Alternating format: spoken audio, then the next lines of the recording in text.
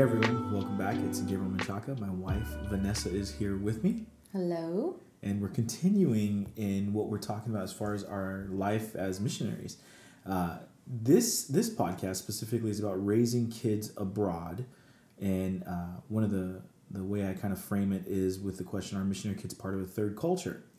So one of the things that we did last week was we asked you to ask us on Instagram if you had some questions specifically in this area. So we want to actually start off with those questions. We actually had two that we thought were really good. And the second question has kind of like two questions in one. But the first one is from Deanna out of Texas. And she says, how important is it to teach kids to embrace the culture of that environment? I would say as a parent, it was really important for us, myself and for Gabriel, to help our son understand and be familiar with the culture by celebrating some of those traditions or holidays that, number one, that we approved of, and number two, that our son was old enough to even really understand. Yeah, and that's basically with the assumption that both parents are saying, hey, let's embrace where we are. Yeah, because not every tradition or cultural holiday is going to be, I guess, relevant to your family or even helpful to your family. Yeah. So I think that's why you kind of have to pick and choose, because some cultures, some countries have a lot of traditions, which is great. But at the same time, I think even for me as an adult, when asking questions about the holiday, why they make it such a big deal or why it's something they feel the need to celebrate in such a big way, it really helped me to understand the kind of family views they had, or just as a country, how they view their country. And that was helpful for me. Yeah, holidays, I think, bring out more of an understanding of the country itself, like why they celebrate certain things. You get a kind of a deeper understanding of the culture of the country. I would say this, though, that there are certain things that, and this can go really deep, because the question is a little bit to embrace the culture of that environment. Now, I would say this. There are some places, I think there's a lot of places, even in the States, that there are some things maybe that are celebrated that we don't want to celebrate, that we look at as like, we don't actually get behind that. We don't believe in that. And so it is important in the sense of understanding the context. However, I think the more important thing is allowing, number one, Scripture to dictate what you should and shouldn't celebrate. Now, I celebrate Christmas, but I know that there are some Christians and people part of churches that don't celebrate Christmas as a holiday because they feel it has pagan roots. And obviously there are other holidays that some Christians choose not to celebrate, because there's another area where you allow the Scripture, and then you also, some feel that just the Holy Spirit doesn't want them doing it. And I think for me, that's where the biggest challenge is as a family, is just really allowing the Holy Spirit to lead you and guide you in those things. I think for us, when there was a holiday, we did our best to understand what it was. I think even in Estonia, Jaanipäev was initially, so the way it's explained to me, or it was explained to us, is there's a big bonfire and people kind of dance around the fire. I don't know, that initially, that I was like, what the heck? I was like, okay, so what is the point of it? And nobody could really give me an answer. The further I looked into it, I actually found that it was St. John's Day. So it was basically John the Baptist. It was something that was celebrated from him. Now, there were some pagan stuff that was included. Now, I don't exactly know where that got included or exactly how it became part of it. But for us, I felt like, you know what? The way they look at this holiday, it's not like a celebration of some pagan belief or anything like that. It's a holiday. It's a day to go barbecue. So that's where it's something that I think the Holy Spirit has to lead you and guide you in that. But it is important in understanding context. So the least you could do, or the least I would say to do, is understand the holiday. What is it? What are you actually celebrating? Do you agree with that? Yeah, and I think too, there are different, for Yanipa, for example, we would go out to the countryside, and of course the bonfire was like the main event. Where It was massive too. Yeah, it was huge. Where people, I mean, even villages would have like one huge like fire ball going on. Logs, not like sticks. Logs. Like they would take like tree trunks and line them up and then start a big fire, which is fun. It's great to look at. But at the same time, there were some other things like in between where, a lot of times they just get drunk a lot, and obviously that wasn't something that we wanted to partake in. So how we celebrated was also a big deal, because a lot of times we would be around really close friends, so we kind of knew their families and things like that. But a lot of times there's a public events that you can go to, and I think at the same time you have to be aware of how they also celebrate in larger groups, in their smaller circle. groups, So in everything, I mean, it's not rocket science. I think like if you feel comfortable and you want to do it, do it. But at the same time, if you're going to bring your family into it, if you're going to expose your children to something, always make sure that you're kind of like 5 steps ahead, just because you don't want to accidentally expose them to something that is not going to be comfortable for you as a parent to explain.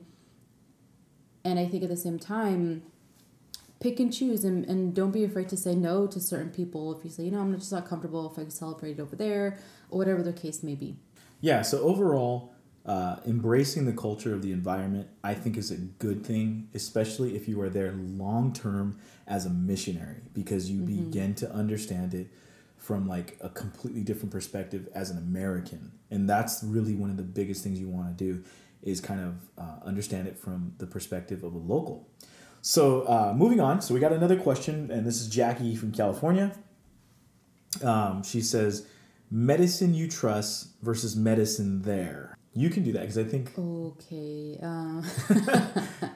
The thing was that we had our son while living in Eastern Europe. So there wasn't much medicine that I looked into beforehand. I mean, I know that for myself, I need Benadryl just because I had a really bad severe allergy to peanuts. So I always had Benadryl on hand for myself. Once we had our son, my mother-in-law actually, convinced me to go buy like baby Tylenol, Orgel, like all those things that I would need within the first year to help in any case where he was sick or wasn't feeling good. And I was really glad that I did. So that first year... But you bought that in the States? Yes. So that first year, my husband actually took a trip back to the States, and those are some of the things I put on the list for him to pick up to bring back to Eastern Europe, because they did not have what we would call like a children's Tylenol. They have their own version, which is totally fine, but I didn't feel comfortable using some of those things simply because I couldn't read the packaging. Yeah, it was in Estonian. And you can have someone explain it to you, but in my case, I just still wasn't comfortable. I didn't like that I couldn't read the warning label, the dosage correctly. It really freaked me out, especially as a new parent. So I made sure that when my husband was able to, when he took that trip back to the States, that he brought back all those things that, I went online and found that what would I need for the first year, even like he bought this the electric booger sucker. Oh, yeah. And that thing was amazing, because when our son had a cold, I mean, that thing worked like a charm. And I know now everybody loves the nose Frida. I actually don't like the nose Frida. I really hate like sucking in. For all the guys listening, it's just basically a straw that you put in your kid's nose to take out the mucus. Yeah, I don't like that. So anyways, I was really grateful that he had bought this like Johnson & Johnson booger sucker thing. But in any case, there were times when I didn't have what I wanted. So I did have to ask a close friend of mine about, I think it was a rash or like an ointment, maybe like, I think it was like diaper rash, something like that. And honestly, their brand of things worked a lot better than what I was used to. There are certain things that I actually prefer to have over an American brand, simply because of the things that they put inside some of those products. Also, one thing that I would say is like, at some point, I wasn't always able to go back to the States and just go grab this or grab that. And at some point, I did decide to create a Facebook group for moms that were English speaking that lived in Tallinn. Foreign moms. For foreign moms living in Expats, as they call them in Europe. expat moms in Talon. I created a small group of like 5 people just so I can kind of bounce ideas and ask where can I buy the vitamin D drops, which every child has to have when you're living in a country with no sun. And that was totally new for me as an American mom because I'm from California, and in California we don't lack any sunshine. So anyways, that group went from like 5 people to like 250, and it's been such a great help when it comes to figuring out what's equivalent to a baby Tylenol or the dosage. Obviously, I would always say ask your doctor. Don't ever take anybody's advice as being like fact. But it was helpful to find certain things or just get suggestions that I could ask the doctor, can I use this the next time he has a fever or a rash, anything like that. So I would always prefer, and I would always suggest if possible, bring what you can from home and then do good research and, really lean on those local moms that you know or the parents that you know that can help you figure out what the next best thing is. Yeah, and there was also the local moms there in the group that especially those that spoke English very well. So a second part of the question that Jackie sent in, actually she has 3 questions here total. She put school ? So I think it's really just saying, what about school? And so I think for that we would probably have to speak more about Germany, because in Estonia he wasn't in school yet. Yeah, he was still really young. So school in Germany, that was a huge process. That was a lot of research, a lot of translating, because a lot of those websites, the information is all in German. It's very hard to find English translations unless we use Google Translate so much, and we really leaned on certain people to help us translate certain things. So in any case, when he started school, lots of research, asked a lot of questions, and eventually he got into a school that we really, really loved that first year when he started what we would call pre-K. And he had a great teacher. It was close to the house. But it's very different because we had considered homeschooling at one point when he was a little bit older. But then from some local friends of ours told us that homeschooling was illegal. It wasn't allowed. So homeschooling was not an option. Right. And in Germany, and just a little bit of understanding is basically the German government doesn't allow homeschooling because they don't want any basically nationalistic mindset in like being raised up. So they have a history of negative things, especially along the lines of nationalism. So they want children to have the education that's basically a more broad or healthier education as far as it goes, away from an ideology that's negative. So it's open more. And I was told too that it's also for the welfare of the child, so that the child is seen, the child is out in the public. Yeah. You can't, there's less likely that you're going to have, unfortunately, the abuse of a child happening in a home when the kid has to go out to school. They have to be out and about. So that was explained to me also, that they want to make sure that as much as they can, that kids are exposed to other people consistently to avoid any issues like that. A lot of the examples they gave me were like horror stories that happened here in the States where people hid away their children and said, we're homeschooling, don't worry about it. So I understand that. But at the same time, I didn't like that I didn't have that option as a parent.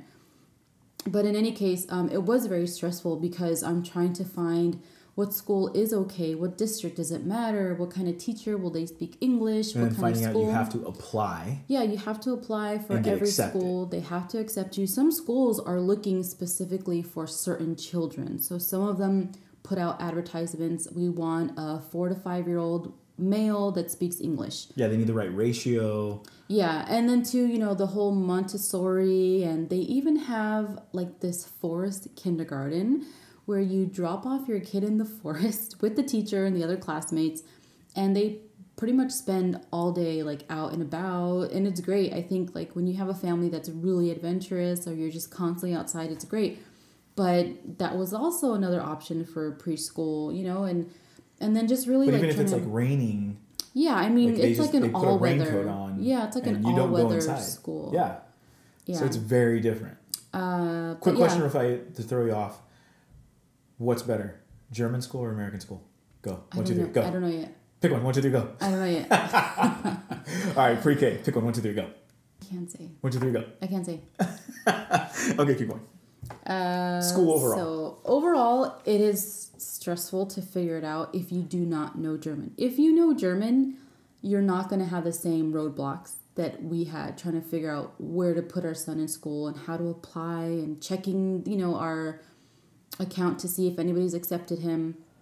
But there is also the option of there are private schools that are very expensive. That's if you have the resources or finances available, I mean, I think you want to go to private school. And the connections as well. The connections are great as well. I think that's typical for a lot of private schools. But I'm saying that option is there, and in the private schools, I mean, if you're English speaking and it's an English speaking private school, you have no issues. It's like we used to go play basketball with some of the guys from church at a English speaking private school, and it was like walking into mini America.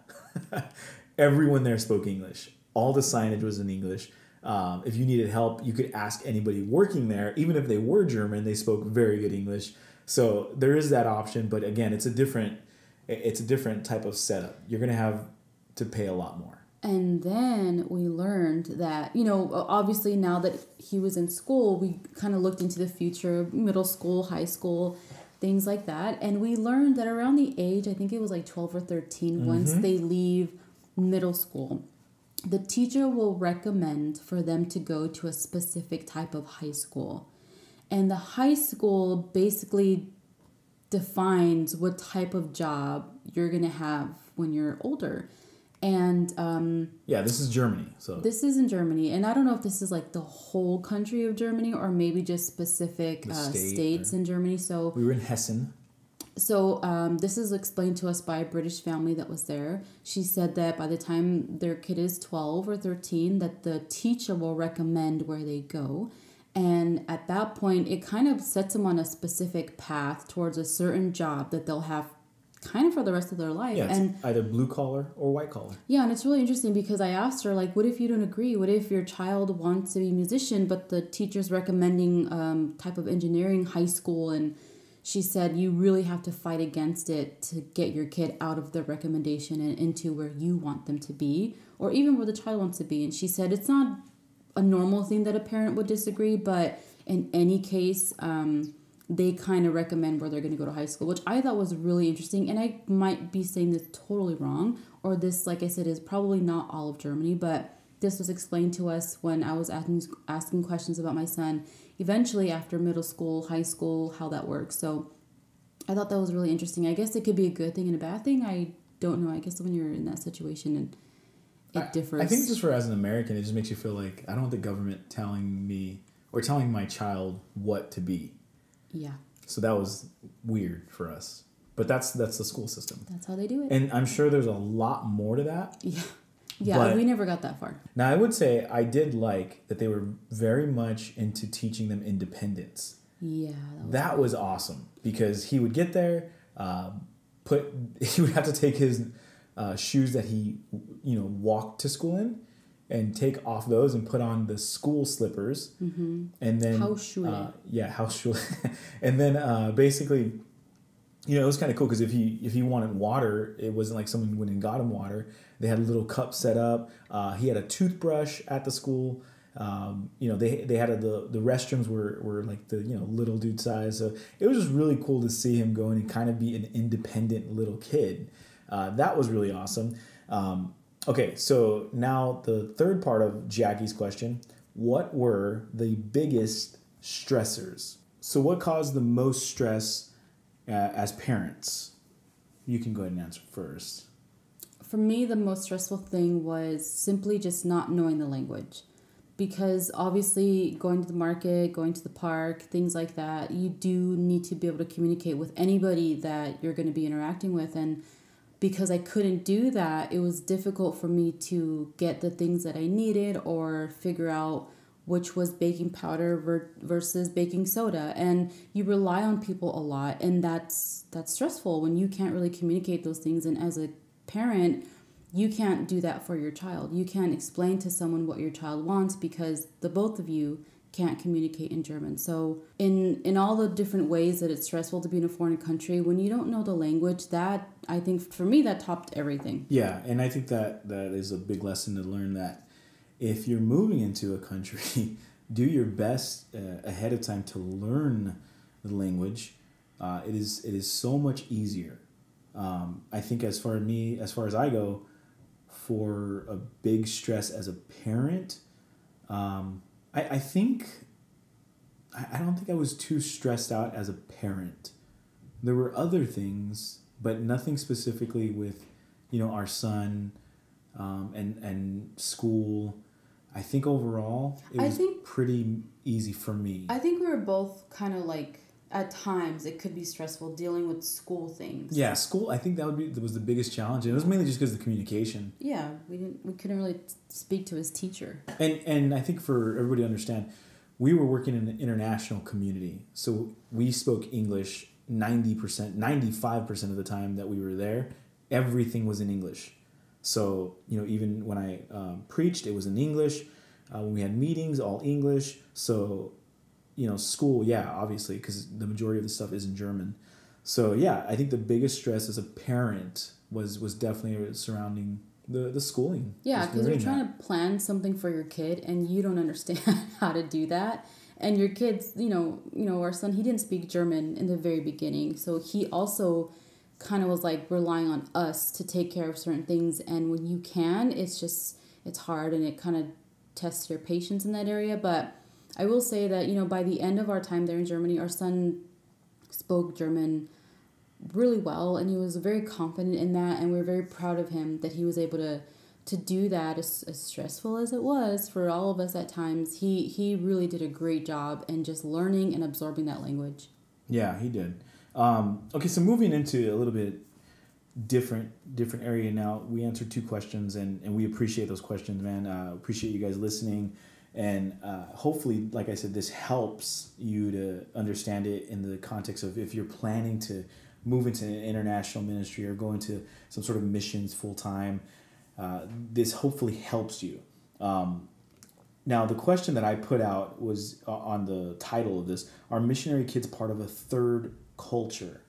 So it kind of comes from, there's a book called Third Culture Kid, and I forgot the author's name. The basic premise is that in understanding a missionary kid, this is different than a pastor's kid. Now, Vanessa, when she hears about pastor's kid issues, she feels like, go ahead and express that. What do you feel? What do you feel about that? No, because you make me sound bad. I'm not a pastor's kid, or I wasn't growing up. So sometimes when Gobble would explain like the things that pastors' kids go through, in my head I'm like, oh, poor you, what a big deal. Or it's not a big deal. Pastors' kids got everything. Meanwhile, the rest of us are kind of like fending for ourselves, which is not the case in every church. But we just kind of have like a totally different point of view as far as pastors' kids. So because I wasn't a pastor's kid, I guess I don't understand what it's like. And he also doesn't understand the way pastors' kids sometimes do have privileges that the rest of us don't have. Okay. So we'll leave that at that. That'll be a different podcast. Snacking in the break room, or snacking in the sound room. But basically the premise for this is, our missionary kids part of a third culture. So you establish that you have your home culture, you have like what you're familiar with, this and that, and then you go to the new country, and then you have to learn that culture. So let's take USA and let's take Germany. Okay, so you got American culture and German culture, which honestly I could say are a little similar. There's definitely differences, but there are some things that you can find that are very, very similar. But you have American culture and German culture, and the third culture would be what the kid grows up in. So at home, you have American parents living in a German culture. So the kid is a third culture because he's neither or she's neither American or German. She's not German enough to be German, or he's not German enough to be German, and he's not American enough to be American, or she's not American enough to be American. So that's where you get our missionary kids part of a third culture. And I would simply answer that with yes. And anybody that goes into missions and they have somebody that's not a teenager, because I feel like a teenager about 16 years old, they're kind of already established like in the way they're thinking, especially if it's like a more of a Western way of thinking or anything like that in particular. But if you have a child that grows up in a new culture, they're learning the way to think. They're learning the cultural way of accepting things, of presenting things, of talking about things, of even debating or not debating on certain issues. And that third culture actually begins to become a little bit more definitive as they grow older. And the hard part is this: the kid that is grown up in that doesn't really fit or feel at home in either culture. That's the challenge, I think, as a parent in raising kids abroad. You have to understand that, and you have to know that, like, I have to help them understand that they belong in our family, period. They have a place, period. The place that they feel uncomfortable or the place they feel like they don't fit in, that's something that is just not true. But you have to help them to understand that. Now, I would say this: our son was so young that he didn't deal with that. And even now, I think he's pretty much, most of his German, he's not, it's not sticking with him. We do speak, we do go over numbers. Or we count to 10 in Spanish, English, German, and Estonian. And the idea is, if we can keep numbers and have him have an understanding of numbers, some of the pronunciation of words will come a little bit easier in the long run. We still joke around. It will, like, if he's, I don't know, if he wants candy or something, I'll say like 9, and he's like duh, which means it's like almost like a slang for like yes. So we go back and forth in some of that stuff. But is he a third culture kid? I wouldn't define him as that. I don't know about how you would look at that. No, I think even like when we talk about raising kids abroad, we didn't do it very long. Right. But I know that, with our son, we experienced a lot of changes with him. We moved to two different countries with him being under 5. And we traveled a lot with him. So traveling is another big thing when it comes to raising kids. You have to learn how to travel with kids and teach your kids how to travel well also. And then, of course, there's time differences and all that fun stuff. But in the end, our son, he was still really young when we left. He was, I think, about 5 years old. So when we talk about raising kids abroad, we're kind of covering just one area, one season of having a child, living with him abroad. Obviously, there are couples that are older that have done this a lot longer, that have teenagers, that have multiple kids they've done this with. And I know so many great families that it'd be great to also hear from. But, for us in this specific podcast, it's just our personal experience. But, yeah, I don't think he would be a third culture kid. I think he has picked one side and he's sticking with it. Raising kids abroad, one of the things that we can speak into is obviously Vanessa got pregnant. That was something that, it was our first child. So we experienced all that pregnancy and everything in a context of being away from all of our friends and family. Mm-hmm. I don't think, and I think even, none of your family ever saw you pregnant with Isai. No. Yeah, no one saw you.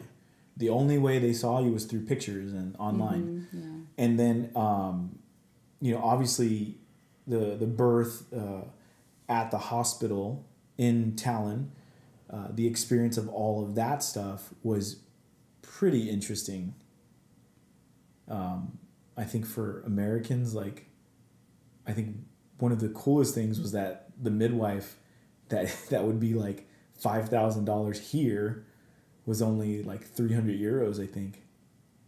Which is like $350 or something. Yeah, it was like maybe $400. But even, I remember, besides the pregnancy thing, once I had my son, I had the midwife say to me that she didn't use baby wipes with her child to change a diaper until they were like 1 year old. And I remember thinking, well, what did you use to clean their poop? I mean, like, if you're not using a baby wipe, don't tell me you're using your hand.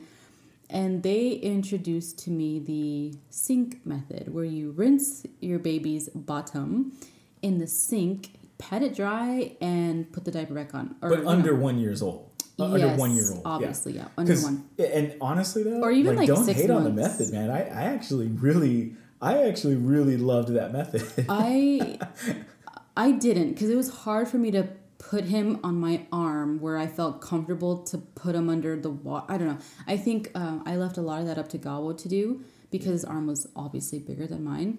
But yeah, so what she said was, you know, put the baby, like their belly on your forearm and just, you know, kind of hold their bottom half in your hand and, you know, put the warm water on the sink or the kitchen, whatever sink you're going to use, and just rinse their bottom, you know. I mean, obviously we were talking about kids. So if you're a parent and your child's being breastfed, typically their stool is sometimes a little bit looser. It's not as thick. Or I think in general, when your baby's under like a year old or before they have solids, their poo's pretty much all the same. So rinsing it away, I wasn't rinsing away, you know, chunks of anything. So we stuck with that method when we were in Estonia. When we came to visit the States with our son, he was like 2 to 3 months. We definitely were using wipes. Don't worry, everybody that we visited with our son, we did not rinse his butt under your sink. We had wipes all the time. But when we went back home to Estonia, we used the sink again because it was a lot less harsh. It was way more gentle than wiping your kid's bottom.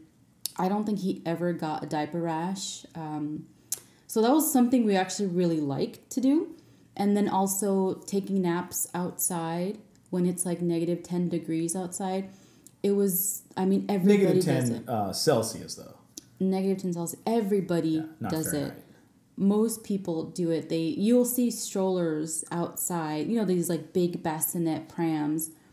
And the babies are in there sleeping, and they're typically near a window so that the parent can hear them. And they leave them outside at restaurants and stores. Yeah, like if your baby's asleep and you're going to go, you know, have lunch, just leave the baby outside, go check on them periodically, and then enjoy your lunch. And I think... And that's normal in Estonia. Absolutely. And it totally blew our mind because we're like, oh my gosh, call CPS. Someone left their baby out here. It's freezing. I remember the first time I saw it. It was at It was a thrift store. Yeah, the thrift store. It was called was an American USA Today. It was the name of the thrift store, and basically they got all the army and military stuff and resold it, and it was cool. But we were going into that store, and there was a stroller outside, and it was kind of in front of the door, and I was like, oh man, like I gotta move this thing. Imagine there's a baby in there, and I joked to Vanessa, and as soon as we walked up, there was a baby sleeping in there. Maybe and I like was 6 months or something. What the heck? Yeah. I was like, did they, like, I'm in my head, it's like the craziest thoughts of like, somebody left the baby. They like, abandoned the baby. We have to call the police. Like, what do we do? But wait, how do you call the police? It's not 911. yeah. Just so you know, it's 112. Yeah. But going inside and then just, you know, it's normal. And it's recommended. I mean, for the sake of the mom getting out, getting fresh air up until negative 10 Celsius, and then the baby to get fresh air. And of course, if the sun is shining, get them out there because they need the vitamin D. But we tried it one time.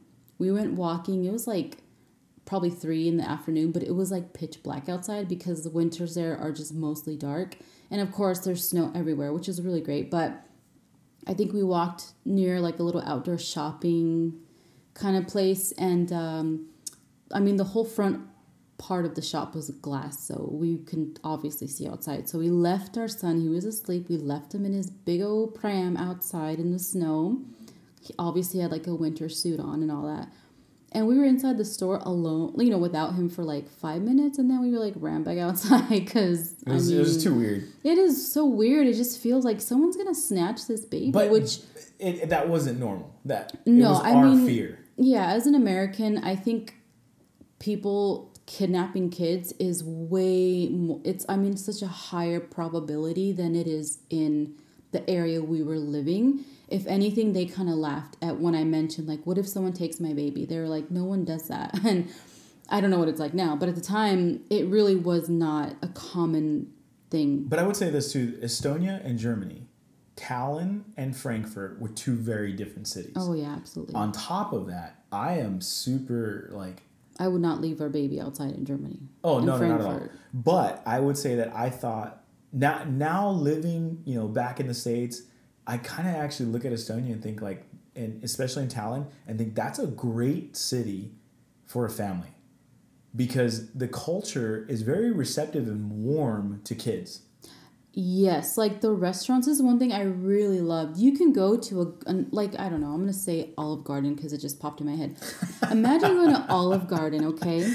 And in different section of the restaurants, like in the corners, there's like a play kitchen, bean bags, a little table with coloring books. And that's where you send your kids to play. But you're eating, just a few tables. Them. Yeah, and you're eating just a few tables away. I think here in the U.S. we have, Chuck E. Cheese and John's Incredible Pizza, where the whole place is like a playground. But it's all closed now, of course. Well, obviously. But the other thing would be this, that it was so different because in Estonia, this was, like I said, it was warmly welcomed and receptive to families and kids. In Germany, I kid you not, I'll try to find the article and post it at some point. A restaurant, they banned children. A restaurant banned children from coming in and eating. And then on top of that, the sentiment overall was like, well, look, if I'm trying to have a nice evening out with my, fiance or my girlfriend or my wife, I don't want kids running around. And so they banned children. And so Estonia, as far as I know, they didn't have any restaurants that banned children. And like I said, it's a great place for a family.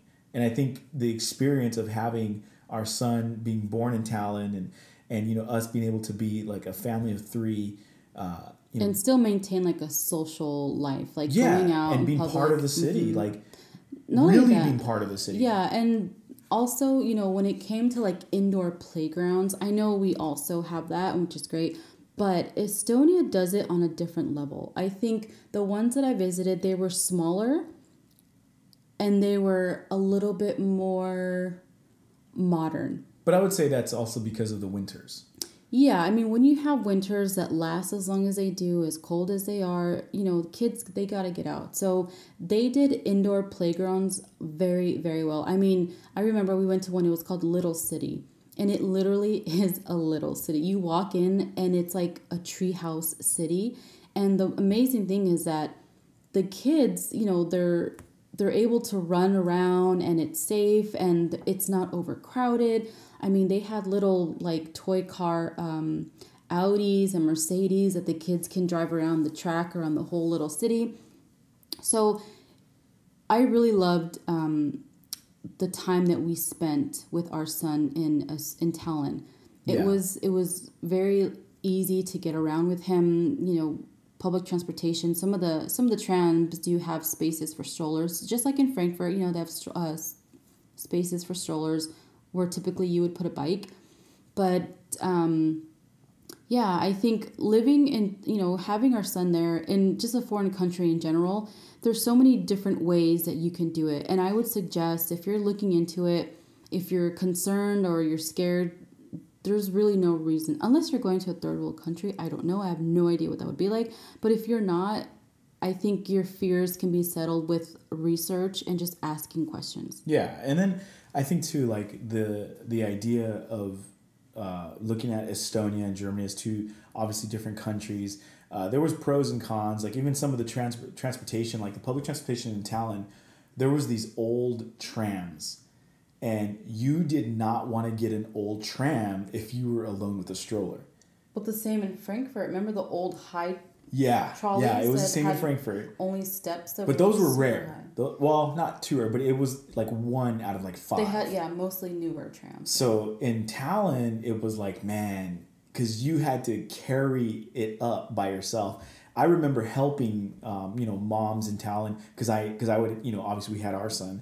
And I just remember thinking like, man, like, this is crazy. Like, I remember taking the route, like, if I were going to walk with Isai, I would plan to not take public transportation for that reason. I did not want to get stuck on a tram alone, trying to get on or trying to get off, because no offense, but a lot of times the men don't help you. And I don't know what it's like now, but I remember while I was there, I very rarely had a male come help me with my stroller, like opening the door, things like that. Even women, other women with kids, like, they won't wait for you to go inside. They'll go in and the door will shut right in your face.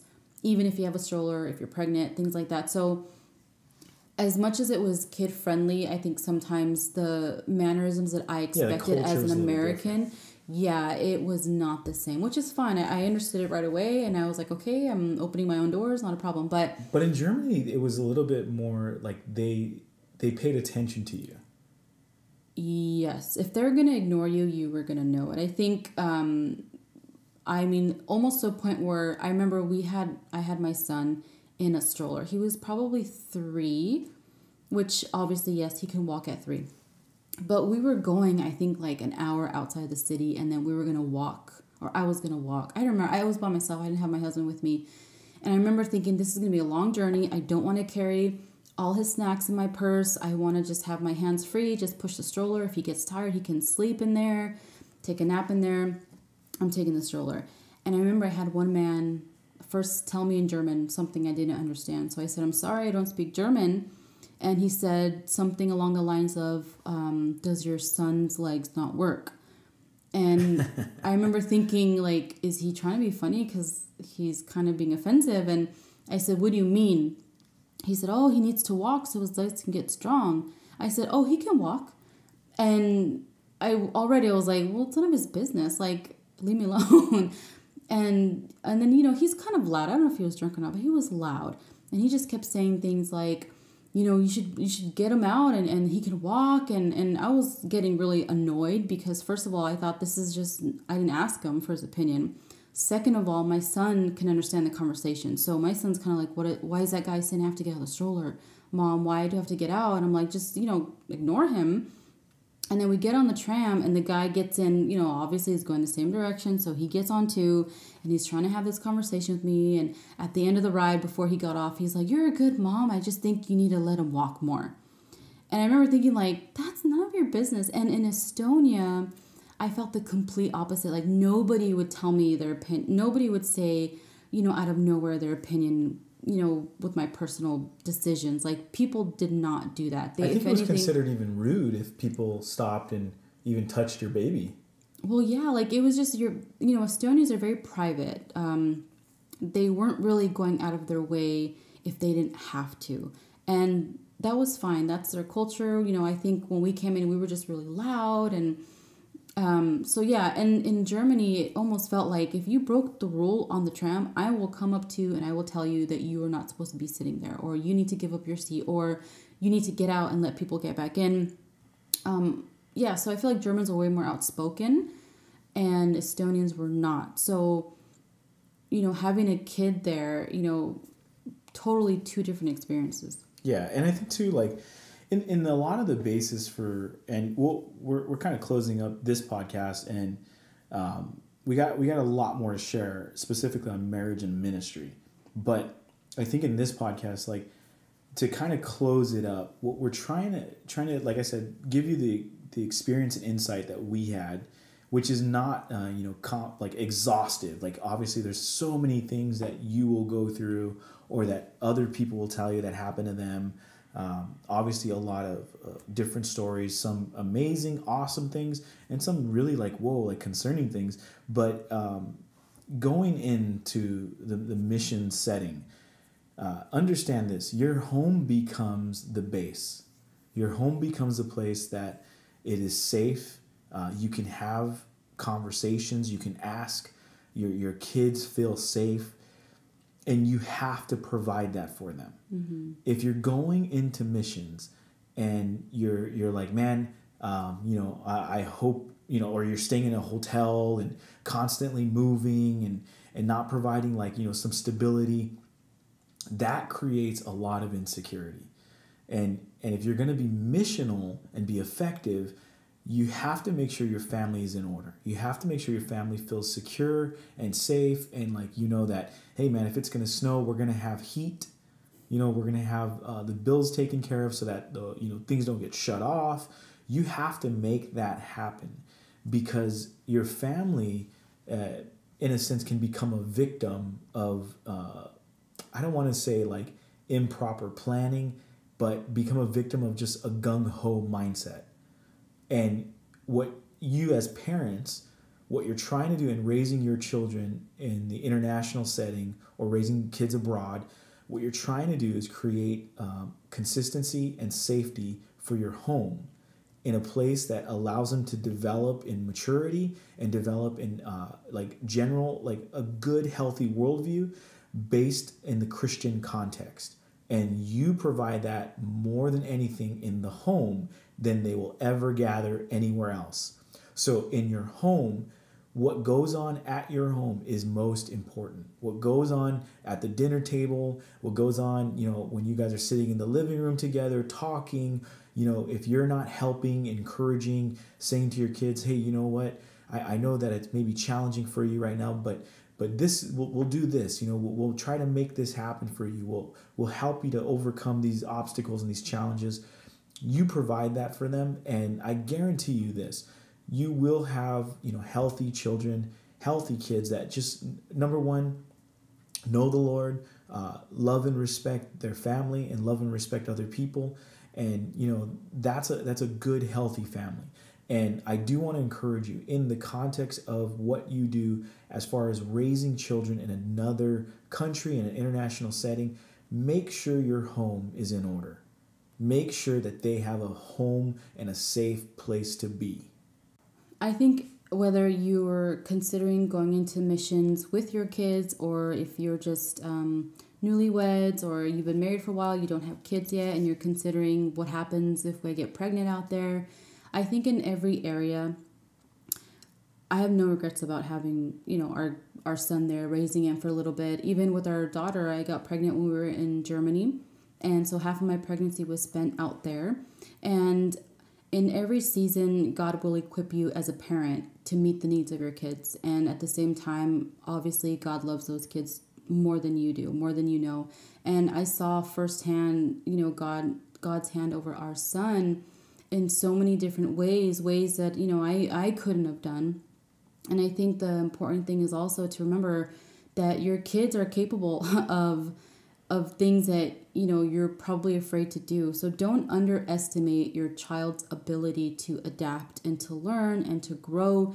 And it's scary, very much so, and it's lonely a lot of the time. So yeah, having your home in order and consistent and stable is vital to having a healthy family life. And also being on the same page with your spouse about what traditions you'll keep, fighting for Thanksgiving when you're in a country that doesn't have it, or whatever the case may be. It's important that you're in communication with each other about how you're raising your kid, how you're disciplining them in another country. For example, we could not spank our son in Europe, whereas in the U.S., it's perfectly normal, especially if you're Hispanic, give them a little spank to help get them back in order.